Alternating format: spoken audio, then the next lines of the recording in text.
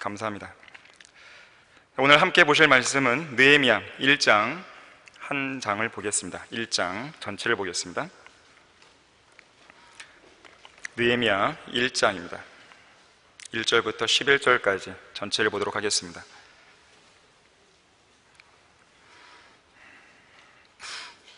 자, 1절부터 보시면 하칼랴의 아들 느헤미야의 말이라. 제20년 키슬루월에 내가 수산궁에 있을 때의 일이라. 나의 형제 중 하나인 하나니가 유다 사람 몇 명과 왔기에 사로잡힘을 면하여 피한 유대인들과 예루살렘에 관하여 내가 그들에게 물으니 그들이 내게 말하기를 사로잡힘을 면하여 남은 자들이 그 지방에서 큰 고난과 능력 가운데 있으며 예루살렘 성벽도 허물어졌고 그 문들도 불태워졌도다 하니라. 내가 이 말을 듣고 나서 앉아 울며 며칠 동안 애도하여 금식하고 하늘의 하나님 앞에 기도하며 말하기를 오 하늘의 주 하나님이여 위대하시고 두려우신 하나님이여 주께 내가 간구하오니 주께서는 주를 사랑하고 주의 계명들을 준수하는 자들에게 언약과 자비를 지키시나이다. 이제 주의 귀를 기울이시고 주의 눈을 여시어 이제 주 앞에서 주의 종들인 이스라엘 자손을 위하여 주야로 기도하는 주의 종의 기도와 우리가 주께 대하여 범죄한 이스라엘 자손의 죄들을 자백하는 것을 들으소서. 나와 내 아버지의 집이 모두 죄를 지었나이다. 우리가 주께 대하여 심히 타락하게 행하여 주께서 주의 종 모세에게 명하신 계명들과 규례들과 명령들을 지키지 아니하였나이다. 내가 주께 간구하오니 주께서 주의 종 모세에게 명하여 말씀하시기를 만일 너희가 범죄하면 내가 너희를 민족들 가운데 흩어버릴 것이요 만일 너희가 내게로 돌이켜 내 계명들을 지키고 그것들을 행하면 너희 가운데 하늘의 맨 끝까지 쫓겨난 자가 있다 할지라도 내가 그들을 거기서 불러 모아 내가 내 이름을 두려고 선정한 장소로 그들을 데려오리라 하신 그 말씀을 기억하소서. 이제 이들은 주께서 주의 위대하신 능력과 강한 손으로 구속하신 주의 종이요 주의 백성이니이다. 오 주여 내가 주께 간구하오니 주의 종의 기도와 주의 이름을 두려워하기를 열망하는 주의 종들의 기도에 이제 귀 기울이소서. 내가 주께 기도하오니 오늘 주의 종으로 형통하게 하시어 이 사람의, 여기서 사람은 이제 페르시아의 왕을 말합니다. 목전에서 종에게 자비를 베푸소서 하였으니 이는 내가 왕의 잔 바쳐든 자였습니다. 오늘 설교를 위해서 함께 기도하겠습니다. 참으로 위대하신 주 하나님 아버지, 전능하신 그 능력으로 우리를 항상 지키시고 또 보호하시며 또 우리가 믿음으로 드리는 그 기도에 경청하시고 응답해 주셔서 참으로 감사드립니다. 참으로 어려운 시기이지만 우리는 영과 진리로 주님께 경배드리기 위해 이 자리에 모였습니다. 우리의 생각과 마음을 하나님의 말씀 가운데로 집중시켜 주시길 원합니다. 하나님께서 강력하게 이 시간 역사해 주셔서 이 말씀이 성도들의 마음속에 떨어질 때 효과적인 역사가 일어나고 많은 열매를 거둘 수 있도록 도와주시길 원합니다. 마귀가 어떠한 형태든지 우리의 생각과 마음을 혼미케 하지 못하도록 막아주십시오. 모두가 유익을 얻고 무언가 하나라도 깨닫고 도전받는 귀한 시간 되게 해주십시오. 주 예수 그리스도 이름으로 기도했습니다. 아멘. 이 시간 설교의 제목은 느헤미야의 참회 기도입니다. 느헤미야의 참회 기도. 17세기 영국에서 회개에 대해서 자주 강조했던 필립 헨리 목사는 이렇게 말했습니다. 만약 내가 이 설교 강단에서 죽는다면 회개를 설교하면서 죽을 것이고 강단이 아닌 곳에서 죽는다면 회개를 실천하면서 죽을 것이다 그랬어요. 구세군의 창시자 윌리엄 부스도 말을 했지만 이 마지막 배교한 교회 시대의 가장 커다란 위험은 성령님께서 부재하신 교회들, 예수 그리스도를 문 밖으로 밀어낸 교회들, 하나님께서 함께 하시지 않는 교회들, 지옥이 빠져버린 복음, 거듭남이 사라져버린 구원, 진리가 부재한 변개된 성경, 그리고 참된 회개가 없는 용서다 그랬어요. 오늘날 죄와 거짓 교리가 난무하고 그 누구보다도 거룩해야 할 목사들의 돈과 권력과 음행으로 설교 강단이 더럽혀진 이 마지막 배교한 교회 시대에 구원받은 성도들이 최우선으로 해야 할 일이 있다면 그것은 바로 진정한 회개입니다. 이 시대에는 진정한 참회 기도를 좀처럼 찾아볼 수가 없습니다. 회개에 관한 한 끊임없이 되뇌는 의미 없는 입술의 고백들만 허공을 가로질러 울려 퍼지고 있을 뿐이에요. 주일마다 설교를 듣고 마음의 변화를 받아서 이곳 강단 앞으로 나와 무릎을 꿇고 또는 자기가 앉아있는 자리에서 회개하고 새롭게 결심하는 성도들의 그 헌신의 고백들을 우리는 보게 됩니다. 그러한 헌신의 고백들을 A4 용지에 써서 글로 써서 차곡차곡 쌓아보면 그렇게 쌓인 A4 용지의 높이가 저 하늘에 닿을 정도의 탑을 쌓을 수 있을 만큼 수북이 쌓이게 될 것이에요. 하지만 그 중에서 정말로 실제로 실행으로 옮겨진 헌신의 고백들만 모아보면 그 높이는 이 강대상 높이만도 못할 것입니다. 심각한 문제죠. 거룩하신 하나님께서 우리에게 원하시는 것은 입술만의 회개가 아니라 회개에 합당한 열매입니다. 찰스 스펄전은 이렇게 말했습니다. 회개로 맛을 내지 않는 믿음은 예수 그리스도를 믿는 참된 믿음이 아니다 그랬습니다. 자, 오늘 본문은 페르시아 왕궁에 있던 느헤미야가 누군가로부터 소식을 듣게 됩니다. 이 느헤미야가 본토로 귀환할 무렵에 동족 이스라엘을 위해 하나님께 드린 참회의 기도를 다루고 있어요. 이 성경에는 위대한 참회 기도가 4가지가 나옵니다. 시편 51편에서 다윗 왕이 드린 참회 기도가 있어요. 밧세바와 간음하고 우리아를 죽인 그 죄에 대해서 다윗 왕이 철저하게 자백을 하죠. 또한 다니엘 9장에서 선지자 다니엘이 민족이 저지른 그 죄에 대하여 참회 기도를 드립니다. 또 에스라 9장 서기관 에스라의 참회 기도가 나와요. 그리고 오늘 우리가 보고 있는 느헤미야의 참회 기도가 나오고 있는 것입니다. 본문 1절에서 3절까지의 내용을 보게 되면 당시 느헤미야는 유대 땅에서 이제 막 페르시아로 돌아온 그의 형제 하나니 그리고 몇몇 유대인들로부터 예루살렘이 얼마나 참담한 상황에 놓여 있는지에 대한 소식을 듣게 됩니다.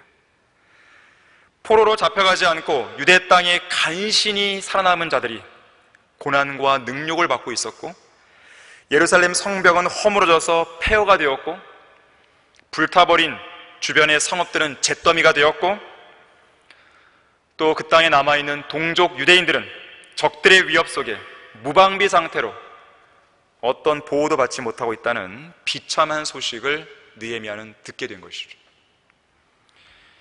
이 안타까운 소식을 접한 느헤미야는 자기 민족을 위해서 무언가를 하지 않으면 안 된다는 생각을 하게 됩니다. 물론 느헤미야 개인으로 본다면 왕궁에서 지금 왕의 잔을 바쳐든 어떤 관리 아니겠어요?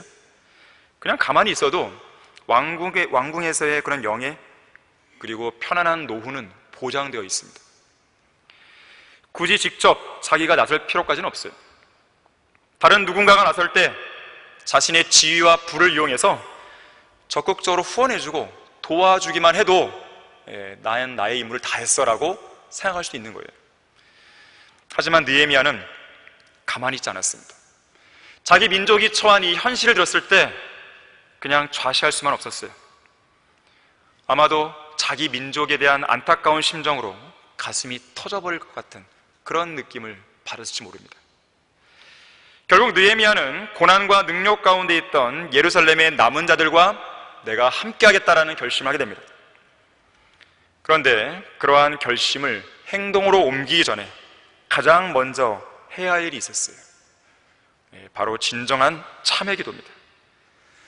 자신의 동족 이스라엘이 그런 고난과 능욕, 황폐해진 그들의 땅과 성읍들, 국가의 멸망과 포로로 사로잡혀간 그 현실 등 그런 참담한 현실에 자기의 동족이 직면할 수밖에 없었던 그 근본적인 이유에 대해서 참회 기도를 하나님께 드릴 필요가 있었던 것이죠.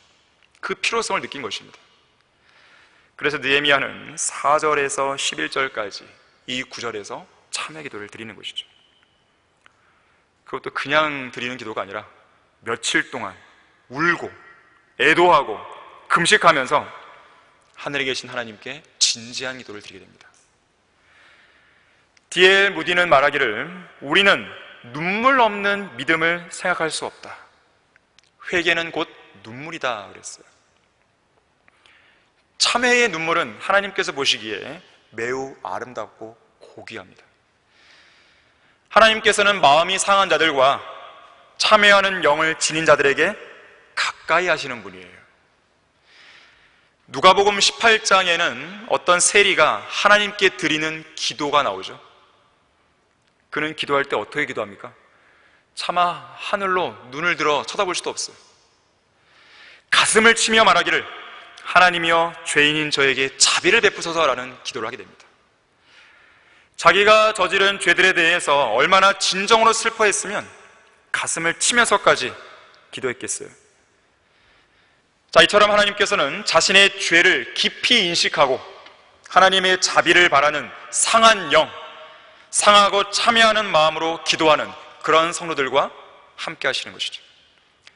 이런 마음의 자세가 그 사람의 기도의 질을 결정합니다. 진실로 참여하는 기도에 하나님께서는 경청하시는 거예요. 하나님의 희생제들은 상한 영이니 오 하나님이여 주께서는 상하고 참여하는 마음을 멸시하지 아니하시리다. 아까 다윗이 드린 참회 기도가 있다고 했는데 바로 그 기도 내용 중에 한 대목입니다. 이사야 57장 15절에서도 영원에 거하시는 높고 우뚝 솟은 분, 그의 이름이 거룩이신 분이 이같이 말하더라. 나는 높고 거룩한 곳에 거하며 또한 통회하고 겸손한 영을 지닌 자와 함께 거하여 겸손한 자의 영을 소생케 하고 통회하는 자의 마음을 소생케 하는도다 라고 말씀하고 있어요. 진정한 참회 없이 드리는 기도를 하나님께서는 받지 않으세요. 진정한 눈물이 없이 드리는 참회 기도는 곧바로 시들어 버립니다. 그때뿐이에요. 그냥 그때 기도하고 그냥 마는 것이에요. 그래서 변화가 없는 겁니다. 이 마지막 배교한 교회 시대, 코로나19 팬데믹 재앙으로 전 세계가 고통받고 정치, 경제, 국방, 외교 등 모든 국면에서 국가가 총체적으로 흔들리는 이 위기의 시대에 절실하게 요청되는 기도가 바로 이런 기도입니다. 자, 그런 면에서 우리는 오늘 느헤미야의 참회 기도를 통해서 몇 가지 교훈을 얻을 수 있어야겠습니다. 자, 기도하려거든 느헤미야처럼 기도하라. 첫 번째로 느헤미야의 참회 기도 안에는 하나님을 드높이는 진정한 찬양이 있었어요. 항상 기도할 때는 하나님을 드높이는 찬양으로 시작을 해야 됩니다. 여기 본문 5절 앞부분을 보십시오. 오 하늘의 주 하나님이여 위대하시고 두려우신 하나님이여. 주님을 찬양하고 있어요.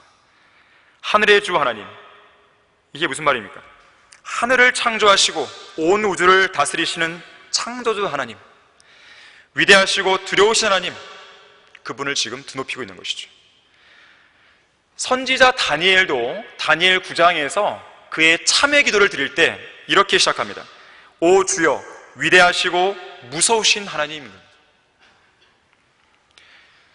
찬양은 거룩하신 하나님의 영예를 드높이는 행위입니다. 그래서 그 안에는 하나님을 향한 경배가 담겨 있어요. 존경이 담겨 있습니다. 사랑이 담겨 있어요. 단순히 입으로 그냥 한번 말하는 게 아니에요. 진정한 경배와 존경과 사랑을 담아서 그 하나님을 우리는 높이는 것이죠. 저명한 청교도 시인 브룩스라는 사람이 이런 말을 했습니다. 진정으로 거룩한 성도는 하나님의 거룩하심을 찬양할 때 크게 감동받고 고무가 된다. 거룩하지 않은 성도는 하나님께 속한 다른 속성들에만 감동할 뿐이다. 하나님의 거룩하심을 설교할 때 죄인은 크게 찔림을 받는다. 하지만 거룩한 성도들은 하나님의 거룩하심을 들을 때 더 만족스러워하고 더 충만하게 마음이 채워지고 더 기뻐하고 더 큰 유익을 얻는다 그랬어요. 맨날 죄짓고 사는 성도들은 하나님의 거룩하심에 대한 얘기를 들을 때 맨날 죄만 자백하죠. 그래서 그 사람의 기도에는요, 1시간을 기도했다 그러면 거의 대부분이, 1시간 거의 대부분이 죄만 자백하다 끝나는 것이죠. 하지만 죄에 대한 승리를 하게 되고 마귀의 불붙은 화살들을 막아내고 영적 전쟁에서 승리하는 것을 경험하고 세상의 유혹을 극복한 간증들을 남긴 성도는 물론 자백할 기도 제목이 있겠지만 그 기도 내용이 하나님을 찬양하는 내용들로 가득 차게 되는 거예요. 주님 감사합니다. 내가 승리하기 위해서 고맙습니다. 주님은 정말 위대하신 분입니다. 내가 주님을 의지했더니 이 죄를 이겨냈습니다. 어떤 어려움들을 내가 해결했습니다. 이런 찬양이 넘쳐나는 것이에요. 여러분의 기도는 어떻습니까? 죄를 자백하는 것으로만 가득 차 있습니까? 이것도 잘못했고 저도 잘못했고 또 죄를 지었고 용서해 주십시오, 용서해 주십시오, 용서해 주십시오. 자, 그것이 아니라 우리는 기도의 내용이 바뀌어야 되는 것이죠. 찬양하는 내용들로 가득 찬 그러한 기도를 우리는 할 수 있어야 되는 거예요. 찬양은 하나님을 영화롭게 해드리는 일 아니겠습니까? 성도들이 할 수 있는 최상의 경배입니다. 최상의 표현이에요. 우리가 하나님을 찬양하고 송축할 때 주님은 무척 기뻐하세요. 물론 상한 영을 가지고 이 죄를 자백하는 그 기도도 하나님이 듣기 원하십니다. 그러나 더 원하시는 것은 그런 찬양이에요. 또한 우리가 찬양을 드릴 때 우리의 영도 정화가 되고 마음도 즐거워지고 깊은 곳에서 우러나오는 감동으로 하나님께 더욱 밀착하게 되는 것이죠. 때로 찬송은 영적인 군대의 군가와도 같아요. 성도들의 단합된 믿음을 표현하는 것이죠.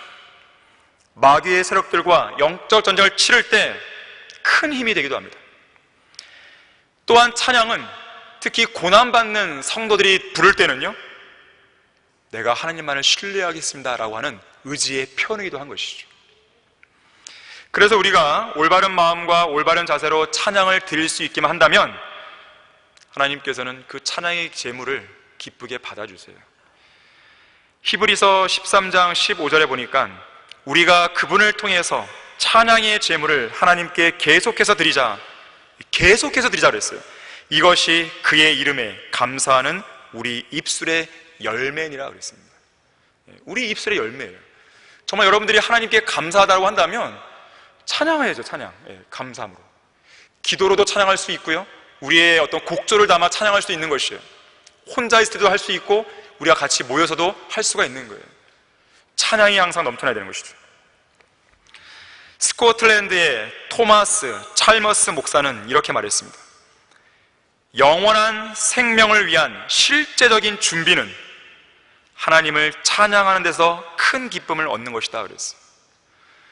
우리가 셋째 하늘에 가서 우리의 영원한 생명을 계속 누릴 거 아니겠어요? 그때 우리가 가장 많이 하게 될 것이 뭘까요?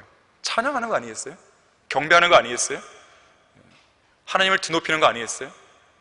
하나님께서 온 우주 만물을 새롭게 창조하시고 우리에게 새 예루살렘을 마련해 주시고 우리에게 영원한 생명을 누리게 해주시고 날마다 그때는 물론 시간이나 개념이 없겠지만 영원토록 하나님을 찬양할 거 아니겠습니까? 자, 이 시대에 이 땅에서 우리가 하는 찬양은 그걸 위한 첫 출발이에요. 첫 시작입니다. 그거에 대한 포문을 우리는 열고 있는 것이에요. 술 주정뱅이요 방탕한 광부였다가 구원받은 영국의 빌리 브레이는 이렇게 말합니다. 누군가가 나를 통 속에 가둔다면 나는 그 통에 구멍을 통해서라도 하나님을 찬송할 것이다 그랬어요. 누군가가 나의 입을 막는다 하더라도 나는 마음속으로라도 가슴으로 터져나올 것 같은 그런 심정으로 찬양할 수 있어야 되는 것이죠. 찰스 스펄전은 이렇게 말합니다. 만일 내가 하나님을 찬양하지 않고 잠잠히 있다면 온 우주 속에서 하나님을 찬양하지 않는 유일한 존재가 될 것이다. 천둥 소리는 하나님의 군대의 드럼 소리이고 산에 부는 바람은 셀 수 없이 많은 찬양의 숨결이며 바다의 파도 소리는 그분을 격찬하는 아우성이다. 그야말로 천지 만물이 하나님을 찬양하고 있다 그랬어요. 그런데 내가 찬양을 안 한다? 그럼 나만 안 하는 것이에요. 결국 마틴 루터는 인간의 궁극적인 목적은 구원받는 것이 아니라 하나님을 찬송하는 것이라고 했어요. 구원은 우리의 궁극적인 목적이 아니라 궁극적인 목적으로 나아가는 데 있어서 첫 출발이죠. 구원은 시작이에요. 구원은 완성이 아닙니다. 구원은 우리가 영생을 시작하는 첫 출발일 뿐이에요. 나는 구원만 받은 것만도 감사해. 물론 감사하죠. 하지만 그것만을 위해서 우리를 구원하신 게 아니라는 것이에요. 첫 출발입니다. 오히려 하나님을 찬송하는 것, 영원히 찬송하는 것이 인간의 궁극적인 목적이에요. 영국의 청교도 설교자 토마스 멘토는 이렇게 말합니다. 자기 자신을 사랑하는 마음은 자신의 필요를 놓고 기도하도록 인도하지만 하나님을 사랑하는 마음은 우리가 주님을 찬양하도록 자극한다 그랬어요. 자기 자신을 사랑하는 사람은 자기의 필요를 놓고 이것도 주시고 저것도 주시고 기도한다는 거죠. 하지만 오히려 하나님을 사랑하는 사람은 그런 필요를 놓고 기도하기에 앞서서 이것 때문에 찬양하고 저것 때문에 찬양하고 한다는 거예요. 신앙생활의 질이 다르죠. 기도의 내용과 기도의 질이 다르죠. 자, 우리의 인생에서 하나님을 향한 찬양과 환호성이 끊어져서는 안 됩니다. 삶이 힘들고 고달프세요?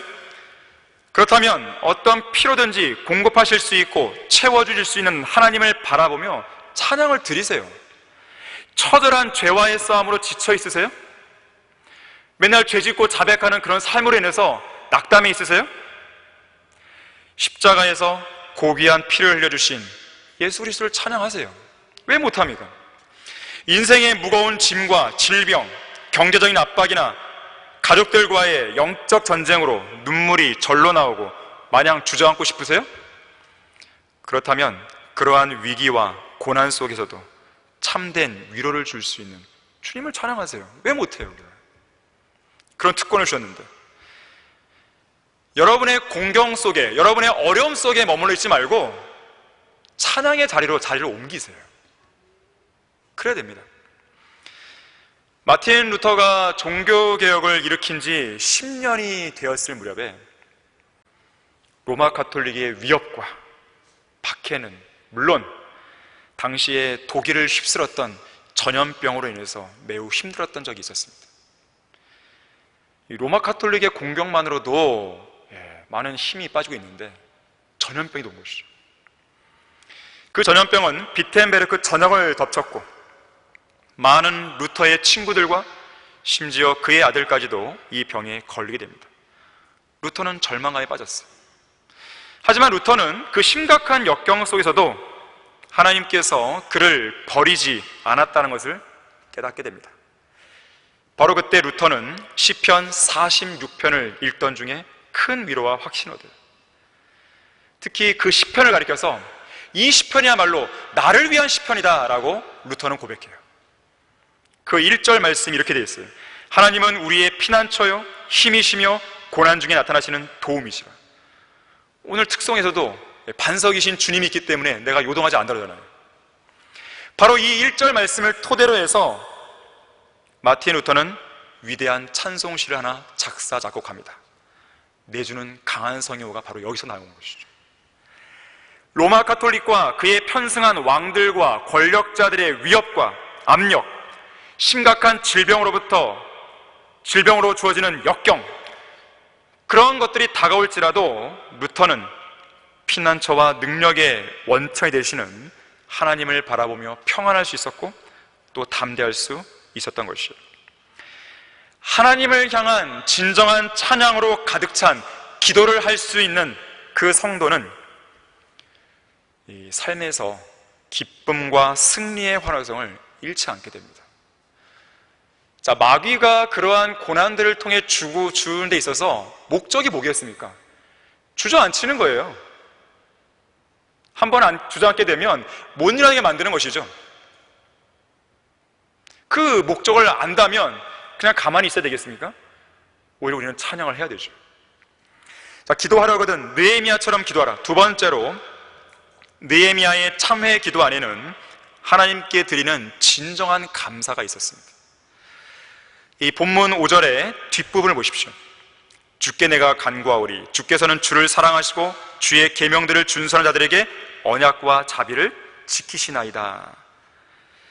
비록 이러한 간구를 하고 있지만 이 간구 안에는 하나님께서 그렇게 언약과 자비를 지키시는 것에 대한 감사의 마음이 내포되어 있는 것이죠. 여러분은 하나님께서 여러분을 향해 베풀어 주신 복들에 대해 얼마나 감사를 하고 있습니까? 하루를 살면서 얼마나 많은 감사를 하나님께 드리고 있어요? 여러분의 기도 내용에는 감사가 많아요? 아니면 필요를 놓고 구하는 간구의 내용이 많습니까? 자녀들을 둔 부모들에게 불평, 불만만 늘어놓는 자녀들이 더 사랑스러운지, 아니면 작은 것에도 감사할 줄 아는 자녀들이 더 사랑스러운지 물어보십시오. 학생들을 가르치는 선생들에게 이래도 불평, 저래도 불평을 너저분하게 늘어놓는 학생들이 더 좋은지, 아니면 작은 관심과 배려 하나에도 감사할 줄 아는 학생들이 더 좋은지 물어보십시오. 부하 직원을 관리하는 직장 매니저들에게 무엇을 지시해도 변명과 불평불만으로 일관하는 부하 직원들에게 더 배려해주고 싶은지, 아니면 어떤 지시에도 해보겠다는 의지와 신념으로 감사하며 일하는 부하 직원들에게 더 배려해주고 싶은지 물어보십시오. 답은 뻔하죠. 물어볼 것도 없어 사실은.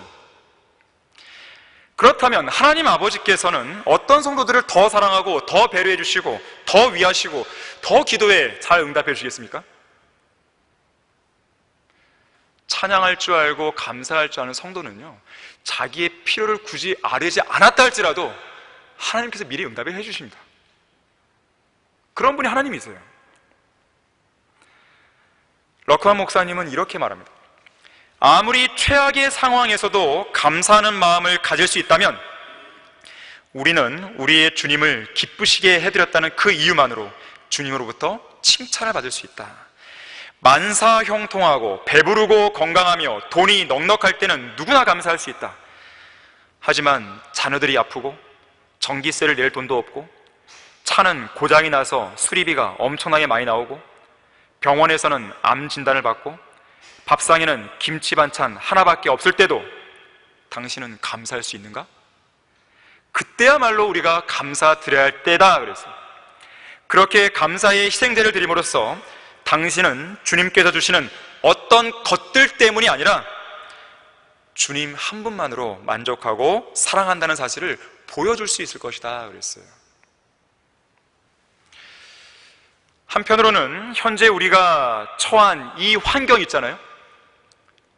사람들마다 물론 환경이 다 다를 수 있겠지만 각자 개인적으로 처하고 있는 이 환경이 하나님께서 여러분 각자에게 주실 수 있는 최상의 환경이라는 것을 믿고 있습니까, 여러분들은? 이 세상 모든 것의 주인이신 하나님께서 허락하지 않으면 우리는 가질 수 없잖아요. 또한 하나님께서 허락하시면 우리는 그 어떤 것도 가질 수 있고 또 풍성하게 가질 수 있잖아요. 그렇다면 여러분이 현재 처하고 있는 상황, 여러분이 갖고 있는 재산, 여러분이 가지고 있는 그 환경, 어떤 소유, 이것에 대해서 먼저 만족하셔야 되는 거거든요. 하나님께서 여러분에게 허락해 주신 최상의 환경입니다. 이보다 더 좋은 환경은 없습니다라고 여러분은 감사의 기도를 먼저 하실 수 있어야 되는 거예요. 야고보서 1장 17절에서는 모든 좋은 선물과 모든 온전한 선물, 모든 좋은 선물과 모든 온전한 선물이 하나님께로부터 내려온다 그랬어요. 그걸 지금 우리는 받고 있는 거예요. 누리고 있는 거예요. 남들과 비교하지 마세요. 아, 그래도 남들은 이런 정도의 경제적인 수준, 이런 정도의 영적인 수준, 이런 정도의 기도 응답을 받고 있는 거 아닙니까? 그건 그 사람의 환경입니다. 여러분들이 그 사람의 환경을 다 경험했습니까? 여러분들이 그 사람의 인생을 살았어요, 지금까지? 아니잖아요. 여러분은 여러분의 인생을 살고 있는 것이고 여러분의 인생을 하나님께서는 최고로 꾸며주고 계신 것이에요. 그러한 상황에서 여러분에게 주어진 환경이라고 한다면 감사 못할 이유가 없습니다. 다른 사람을 왜 봐요? 지금 하나님께서는 여러분에게 말씀하고 계시고 여러분에게 기도하라고 하고 계시고 여러분에게 지금 감사하라고 말씀하시는데 다른 사람의 이유를 뭐하러 들으겠어요? 이 사람은 이렇고 저 사람 저렇고 아무런 의미 없는 말이에요.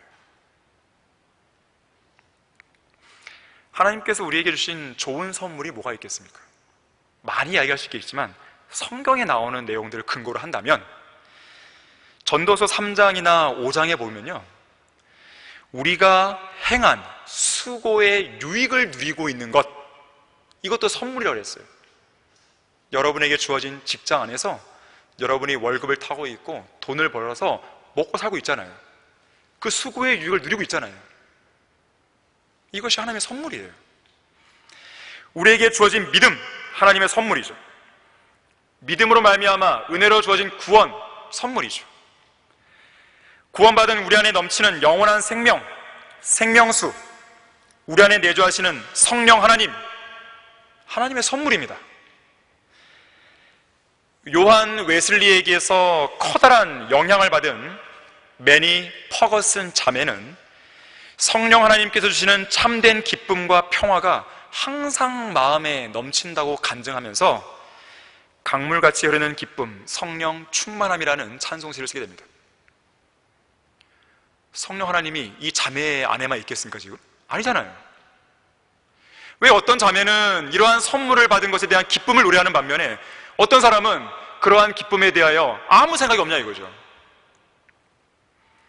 또한 하나님께서 우리에게 주신 선물들로는 하나님의 의가 있죠, 지혜가 있죠, 재능이 있죠, 은사가 있죠.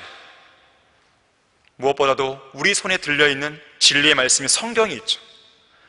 또 우리가 매일같이 누리고 있는 시간, 여러분에게 주어진 시간이 여러분이 노력해서 얻은 것입니까? 아니잖아요. 하나님께서 주신 거란 말이에요. 그 시간에 대해서 감사해 본 적 있습니까? 내가 오늘 하루를 살고 있다는 것에 대해서 감사해 본 적 있으십니까? 나에게 생명의 호흡을 주신 분이잖아요. 내가 일정한 어떤 시간을 살 수 있도록 하나님께서 생명을 주지 않았다면 여기 어떻게 앉아있을 수 있겠어요? 이미 끝났죠. 우리가 장차 누리게 될 구속받은 몸, 새 예루살렘, 상급, 보상, 자, 이러한 선물들로 인해서 여러분은 하나님께 감사를 드리고 있습니까? 아니면 이러한 선물들은 남들도 다 받는 선물이라고 여긴 나머지 감사하기는커녕 내가 마땅히 받아야 할 것입니다라고 그렇게 여기고 계세요? 아니면 이러한 선물에 대해 아예 관심도 없으세요?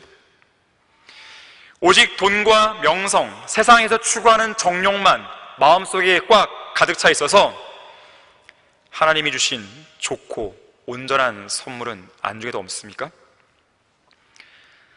사도 바울은 말로 표현할 수 없는 그분의 선물로 인해서 하나님께 감사를 드린다고 고백을 했어요.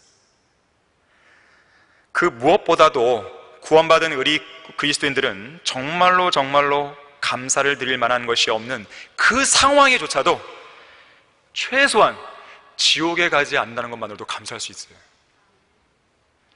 저는 초등학교 1학년 시절에 처음 구원받았다는 것을 깨달은 날 집으로 돌아오는 길에 하늘을 쳐다보며 나도 이제 하늘나라에 갈 수 있겠구나 라고 기뻐했던 적이 있습니다. 정말로 여러분의 생활에서 감사할 것이 아무것도 없다고 생각한다면 여러분이 구원받은 것에 대해서 1시간이고 2시간이고 진정한 마음을 담아서 하나님께 찬양하고 감사를 한번 해보세요. 그러면 여러분들에게 얼마나 많은 것들이 주어졌는지를 하나님께서 보여주실 것입니다.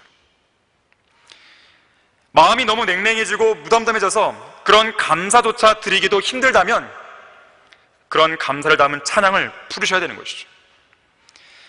그런 연유로 내가 이러한 고난을 당해도 부끄러워하지 아니하노니 이는 내가 믿은 분을 알고 내가 위탁한 것을 그날을 대비하여 그분께서 능히 지키실 줄을 확신함이라. 바울의 고백이에요. 또한 그분께서 너희를 끝까지 확고하게 지키시어 우리 주 예수 그리스도 날에 책망할 것이 없게 하시리라.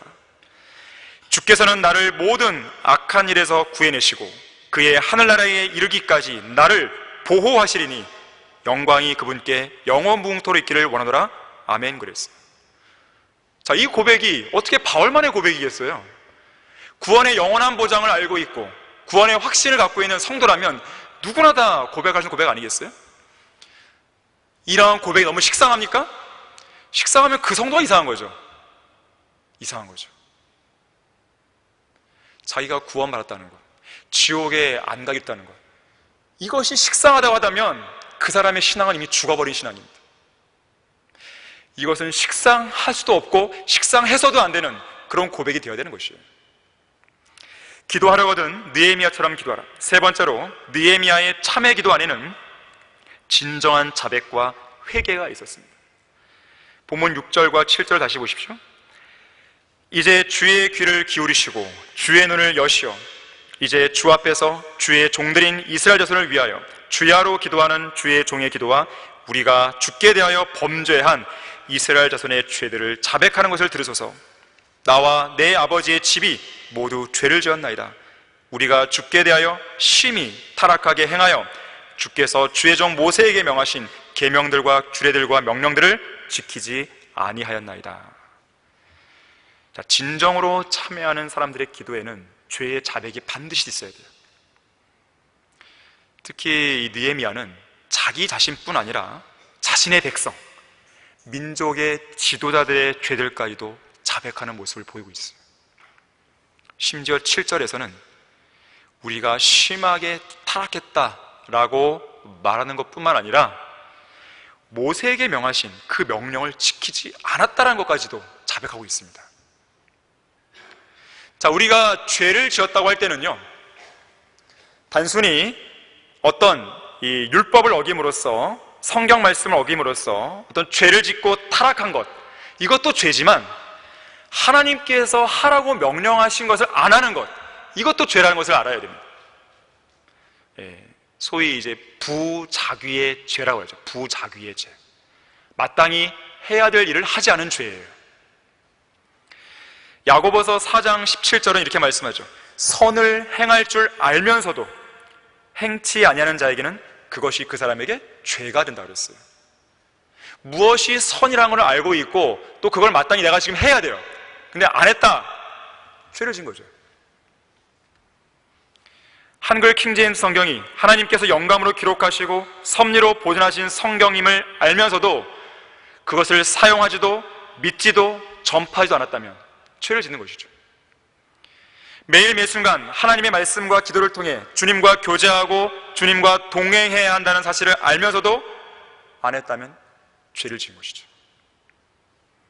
성경을 부지런히 공부해서 부끄럽지 않은 일꾼이 되어야 한다는 것을 알면서도 공부를 안 했다면 죄를 짓는 것이죠. 선지자이자 재판관인 사무엘은 기도하기를 그침으로 주께 대하여 죄를 범하지 않겠다고 그랬어요. 기도하지 않는 죄도 있는 것이죠. 복음을 증거하는 것, 진리를 전파하는 것이 옳은 일인 줄 알면서도 안 했다면 죄를 짓는 것이죠. 그러한 죄에 대해서도 자백해야 됩니다. 그것이 무엇이든지 간에 하나님께서 여러분들에게 뭔가를 명령하셨는데 안 했다, 죄를 지은 것이에요. 자백해야 됩니다. 죄에 대한 깊은 각성, 진실한 회개가 필요합니다. 죄에 대한 깊은 각성과 진실한 회개는 하나님을 두려워하는 것에서 시작해요. 그래서 느헤미야도 5절에서 하나님을 뭐라고 그럽니까? 위대하시고 두려우신 하나님이요 그랬어요. 두려우신 하나님 앞에서 죄를 자백하는 거예요.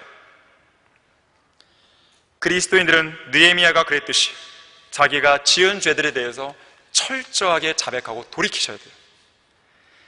하나님께서 기억나게 해주신 그 모든 것들에 대해 자백할 수 있어야 됩니다.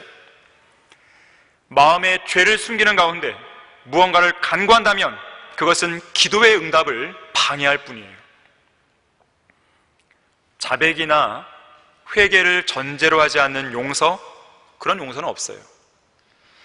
그리고 용서받지 않는 성도에게는 하나님과의 풍성한 교제가 단절되고 맙니다. 이 선지자 에스겔의 시대에 마음속에다가 죄악의 방해물을 놓고 하나님께 묻고자 나오려 했던 백성들이 있었어요. 하나님께서 그들에게 응답을 안 하십니다. 그 마음속에 죄악의 방해물이 있기 때문에.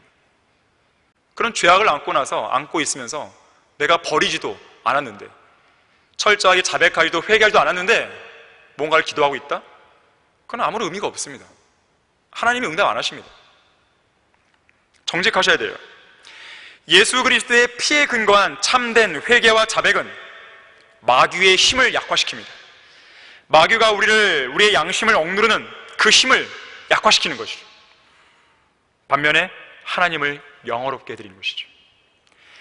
마귀의 강력한 고소를 물리치고 우리의 마음속에 그 어디에서도 얻을 수 없는 평안이 임하게 만드는 것은 철저한 자백과 회개에 있어요. 문제의 원인이었던 요나가 바다에서 던져졌을 때 그 배는 평안해졌죠. 문제의 원인이었던 아칸이 돌에 맞아 죽었을 때 이스라엘에 임한 재앙은 사라졌죠. 우리의 삶 속에서 참된 회개와 자백을 통해서 예수 그리스도의 보혈의 능력을 통해서 불순종한 요나를 제거할 수 있어야 됩니다. 세상을 사랑한 아칸을 쫓아내야 돼요. 그러면 우리 마음에는 고요한 평안이 깃들게 됩니다. 왜 그럴까요?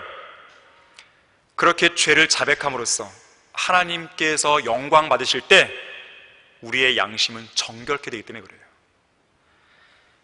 왜 우리가 죄를 자백하고 회개하는 것입니까? 공의로우시고 두려우신 그 하나님께는 풍성한 자비와 죄에 대한 용서가 있기 때문에 그런 것이죠. 내일 일 날 알 수 없잖아요. 나 알 수 없어요. 내 앞에 어떤 일이 닥칠지 몰라요. 근데 그러한 일 가운데는 내가 죄를 짓는 일도 포함되어 있단 말이에요.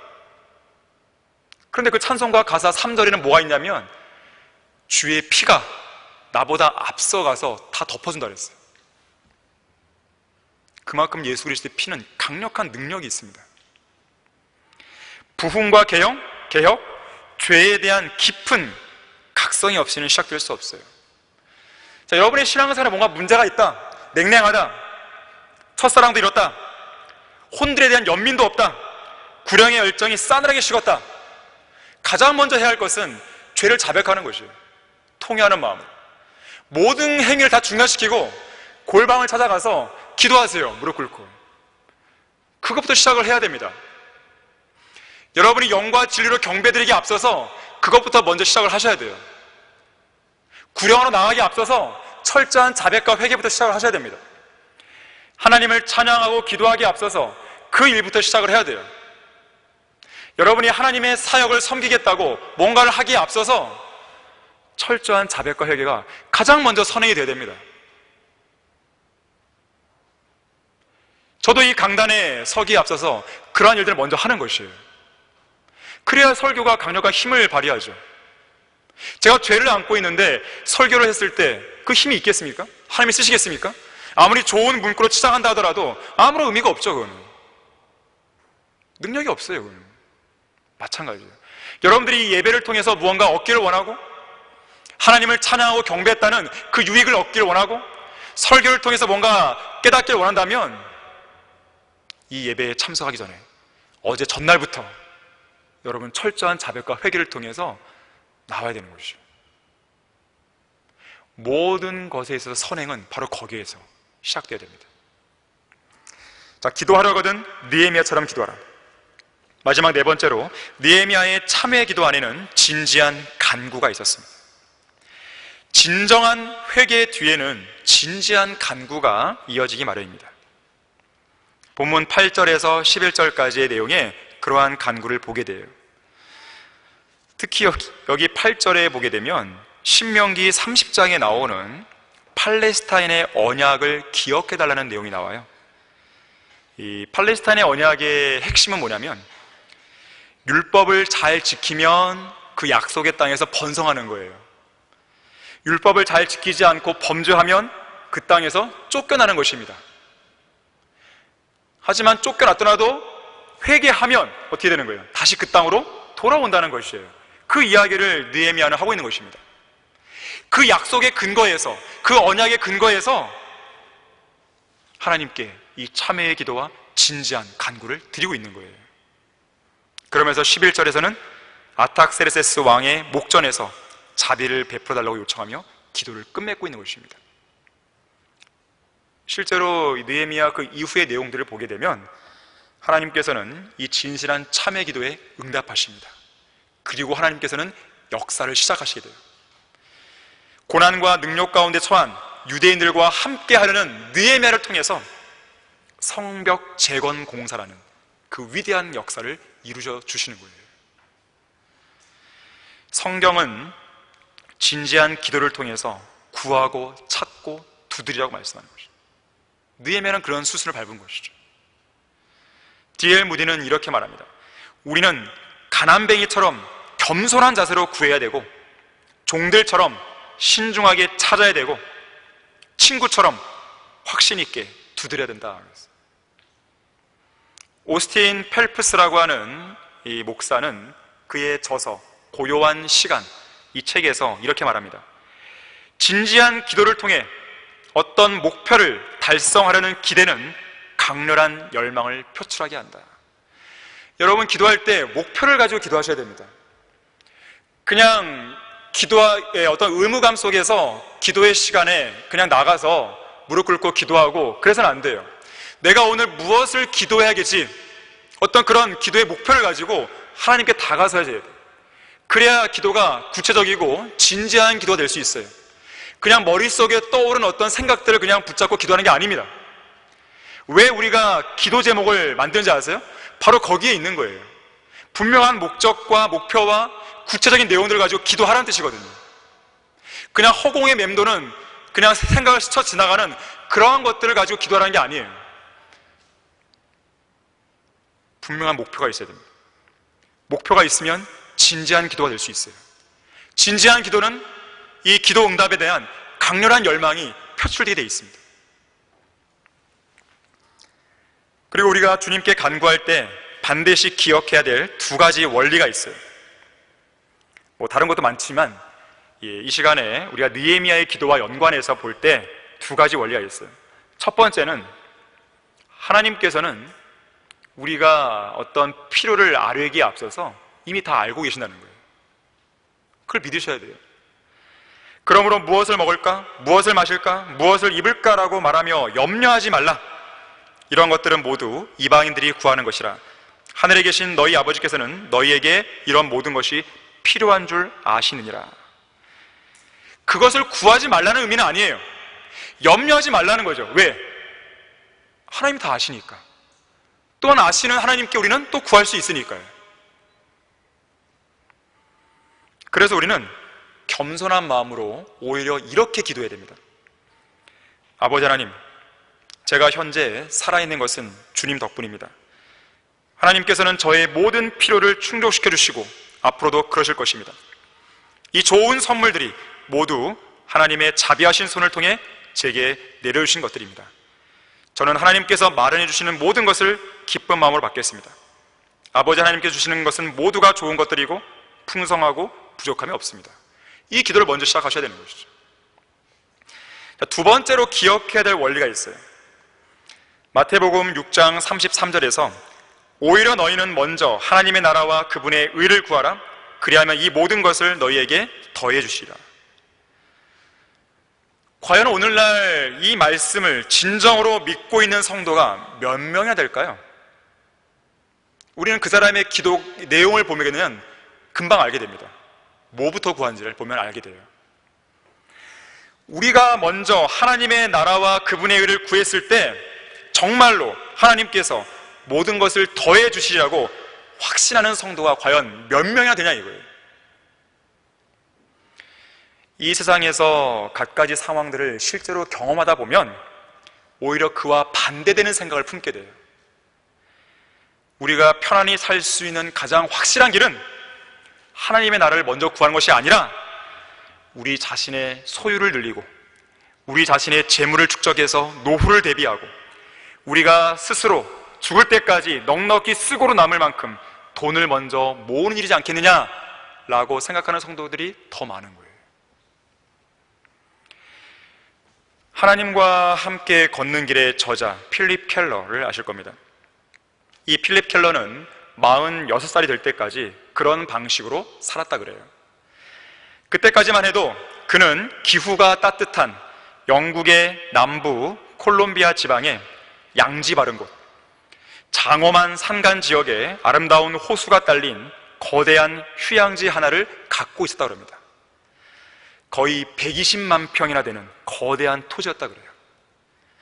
뒤로는 숲이 울창하고 산 아래로 큰 시내가 콸콸 흐르고 전면으로는 공원처럼 확 트인 평원이 펼쳐져 있는 그런 멋진 땅에 필립 켈러는 살았습니다. 아주 아름다운 호수가 한적한 곳에 자리 잡고 있는 데다가 산에서는 시냇물이 폭포를 이루며 계곡으로 흘러내리고 있었고 모두 11군데나 되는 곳에서 샘이 솟아올라 거기서 그런 시냇물이 발원하고 있었어요.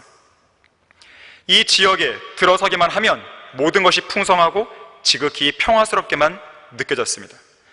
노루들이 뛰놀고 새들이 지저귀는 산들, 그리고 개울에는 송어들이 또 비늘을 반짝이며 헤엄치다니는 여러 가지 물고기들이 있는 그런 곳에 살고 있었어요. 뭐 상상이 안 되죠? 부러우십니까? 강화로 오십시오. 그런 비슷한 곳이에요, 강화가 정말로. 근데 하루는 하나님께서 그 토지를 가리키면서 필립 켈러에게 이렇게 물었다 그래요. 필립아, 내가 가장 사랑하고 아끼는 게 뭐냐? 이 아름다운 땅이냐 아니면 나냐? 그랬어요. 너는 다른 사람들을 축복하기 위해 이 모든 것들을 내놓을 생각이 없느냐? 너는 내 자신의 육신적인 필요를 채우기 위해서 이런 재산들이 없어도 내가 너를 보살펴 줄 수 있다는 것을 정말로 믿느냐? 이 질문이 있고 난 뒤에 필립 켈러는 몇 달을 두고 큰 고민에 빠졌다 그래요. 왜냐하면 그런 재산이 없어도, 그런 큰 땅이 없어도 하나님께서 자신의 필요를 충족시켜 줄 거라는 확신이 자기 안에 없었기 때문에 그렇습니다. 하지만 필립 켈러는 작은 발걸음이긴 해도 주님께 다가가서 오직 그분만을 믿고 하나님의 요구에 따르기로 결정했다 그래요.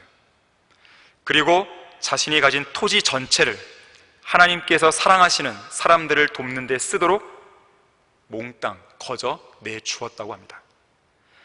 그런 일이 있고 난 뒤 14년 동안 하나님께서는 그러한 필립 켈러의 대가로, 그 헌신의 대가로 온갖 풍성한 것들을 그의 삶에 끊임없이 공급해 주셨다 그래요.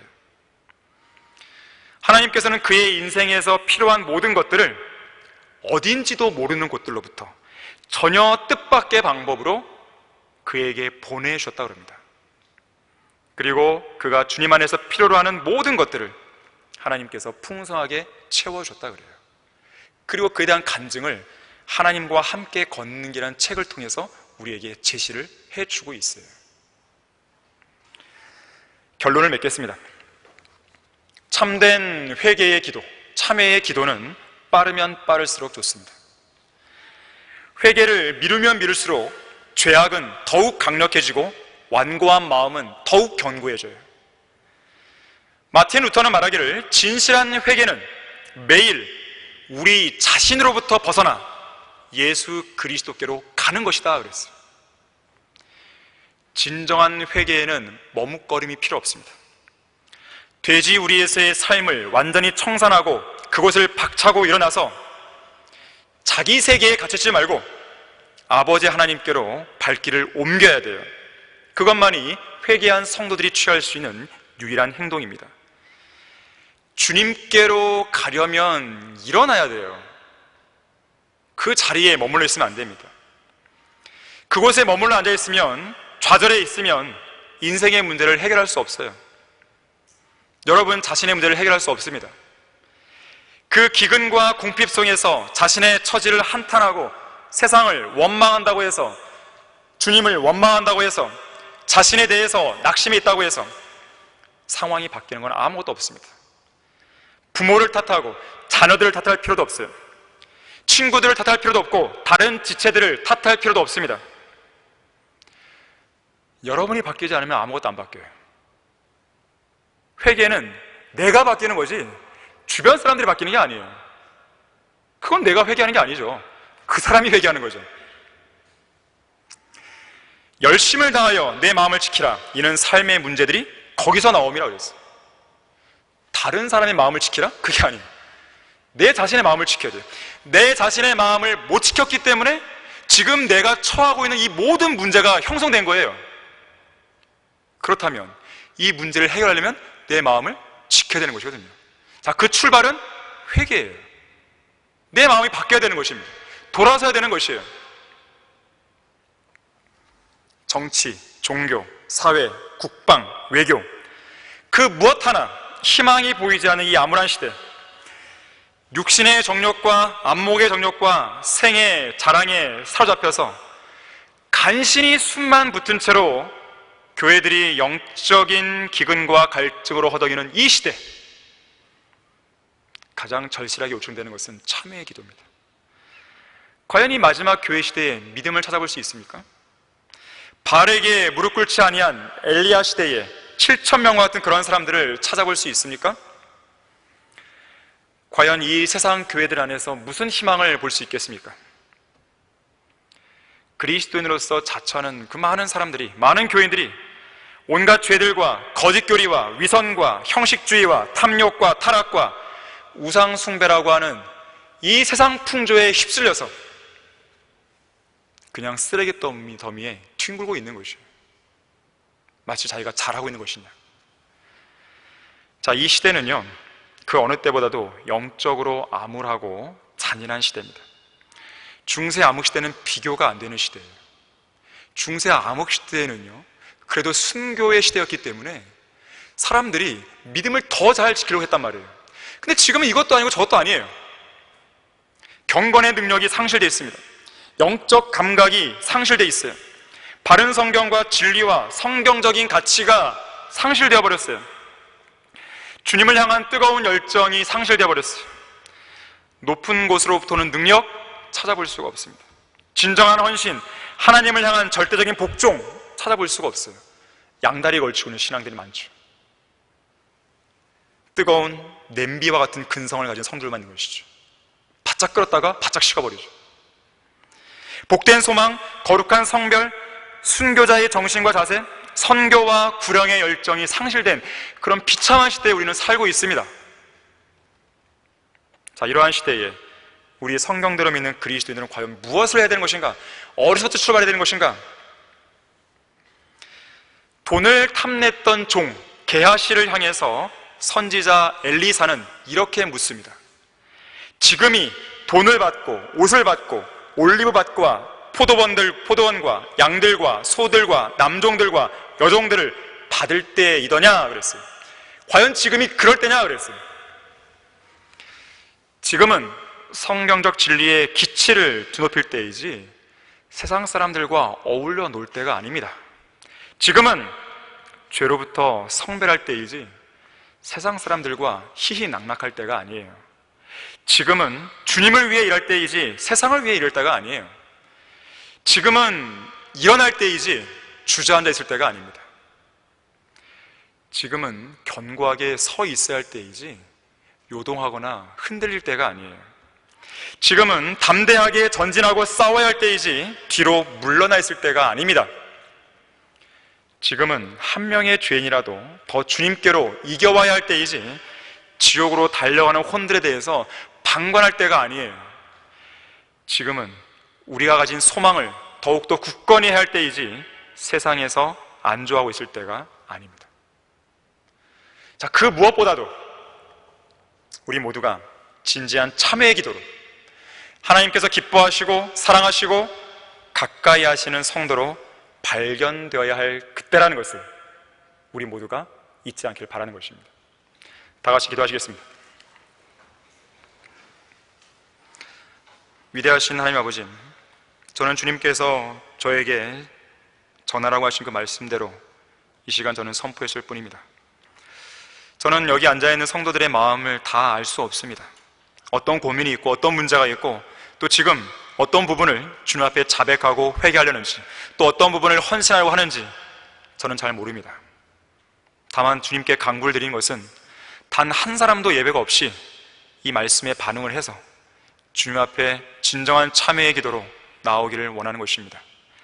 지금까지 잘못됐던 그런 모든 것들을 다 버리고 예수 그리스도의 보혈을 통해 참신한 마음을 가질 수 있는 그런 계기로 삼을 수 있도록 우리 성도들의 마음, 개개인의 마음속에 역사해 주십시오. 이 모든 기도를 주 예수 그리스도 이름으로 기도했습니다. 아멘.